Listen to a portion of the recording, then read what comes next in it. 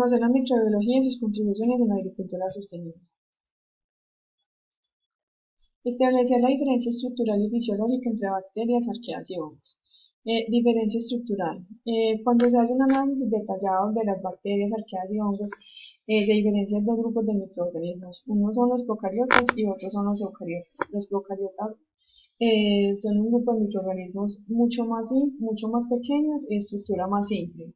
A este grupo pertenecen las bacterias y las arqueas. Y está el otro grupo de microorganismos que son las eucariotas. Este grupo es mucho mayor y contienen una estructura llamada orgánulos. A este grupo pertenecen las algas, los protistas, los hongos y los protozoos. La diferencia fisiológica entre los procariotas y los eucariotas es los genomas. En los procariotas suele ser un cromosoma cerrado. Diferente es a las eucariotas que el DNA está presente como moléculas en el interior de un núcleo. ¿Cuáles son los grupos más representativos de microorganismos que pueden encontrarse en el suelo teniendo en cuenta su aporte en los ciclos biogeoquímicos y aporte de macro y micronutrientes? De acuerdo a los acontecimientos evolutivos que se han venido desarrollando a lo largo de los años, se han distinguido tres grandes linajes de células microbianas, entre ellas las bacterias, las arqueas y las eucarias.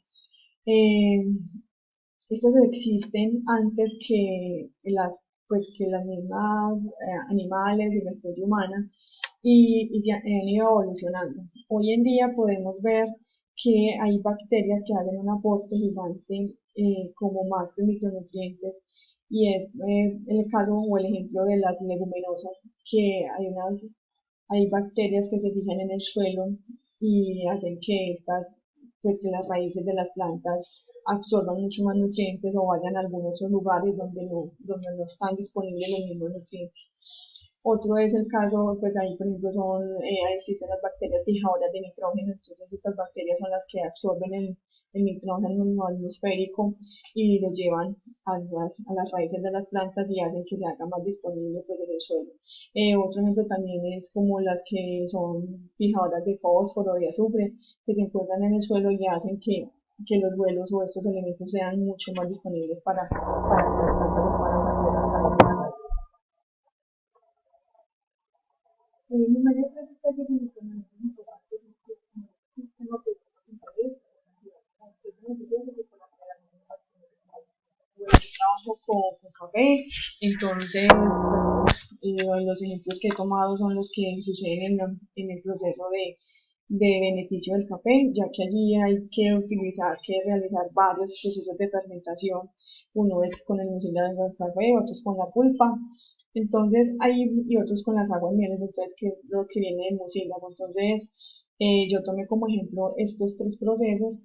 Entonces empiezo con el primero, que es da el potencial que tiene el mucílago del café, que es un sustrato que se utiliza pues para, después de el mucílago del café se despulpa, ya después de despulpado se somete a una fermentación y para poder retirar el mucílago, la baba que tiene el grano del café. Entonces esta baba es un azúcar o este mucílago es azúcares, entonces hay que fermentarlos posteriormente de que se lava el café. Entonces en investigaciones se han identificado y cuantificado las bacterias y levaduras que intervienen en la descomposición o en la fermentación de este mucílago y han descubierto que en fermentaciones hasta por 74 horas, esto es un estudio, pero normalmente en fincas se pueden demorar 12, 16 horas dependiendo de la altura sobre el nivel del mar en que esté la finca.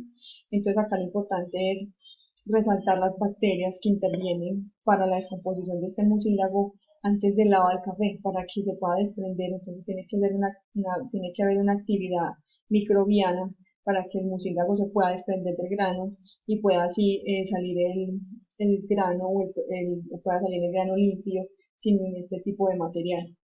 Algunas de las bacterias que encontraron en este estudio que realizaron fueron lactobacillus, enterobacter, klebsiella, escherichia, flavotherium, saccharomyces, candida, entre otras. Como pueden ver, muchísimas bacterias intervienen en el proceso de fermentación de este mucílago que tiene el grano del café para poder ser luego lavado y que no vaya con el mucílago, porque comercialmente se entrega sin mucílago.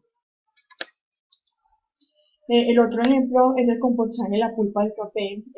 Este compostaje genera grandes impactos ambientales como la producción de gases de efecto invernadero, ya que pues si es vertido a las fuentes hídricas o si es dispuesto finalmente en un lote de café o en un lote de pasto y no tiene un proceso de compostaje, entonces va a contaminar, pues va a producir gases de efecto invernadero por su descomposición y pues también por los lixiviados, después por mientras se descompone, pues va a contaminar las fuentes hídricas y los mismos suelos.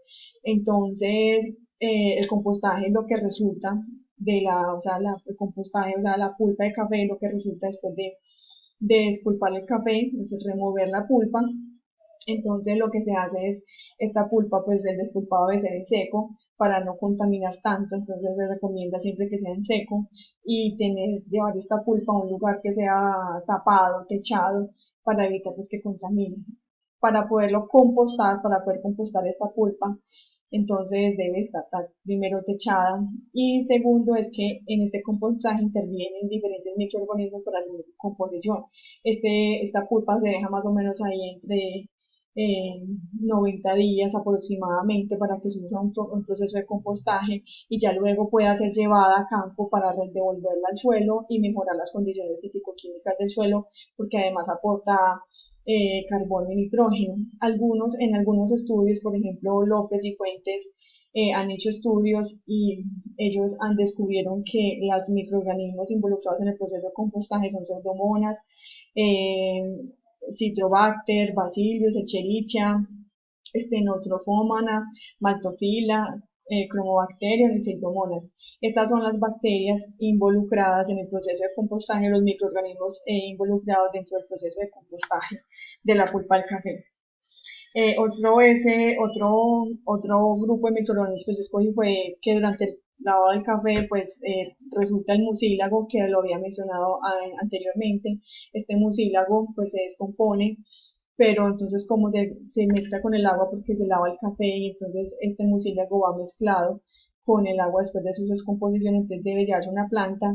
Entonces en esta planta debe haber un proceso de descomposición donde se reúne una materia orgánica donde intervienen bacterias anaerobias que son las encargadas de descomponer esta agua que viene contaminada con el mucílago del café.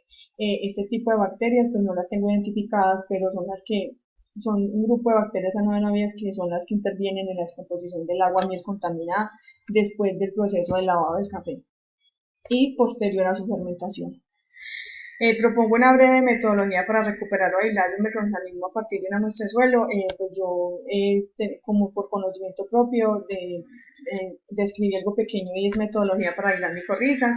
Y es primero en un frasco pequeño de compota preparar una base de gelatinas sin sabor y sobre este colocar una sección de suelo nativo del cultivo a favorecer. El proceso B es utilizar otro frasco pequeño de compota con la misma base de gelatina sin sabor y colocar una sección o porción de raíz de la planta sembrada en el suelo nativo que se va a inocular y el otro paso es en otro frasco de compota utilizar la misma base de gelatina sin sabor y colocar ya una sección de porción de la mezcla de suelo más raíz a inocular para poder que haya una esporulación de micorrizas en el suelo, de un suelo ya anteriormente identificado de que es abundante en micorrizas para poder formar rizosfera radicular.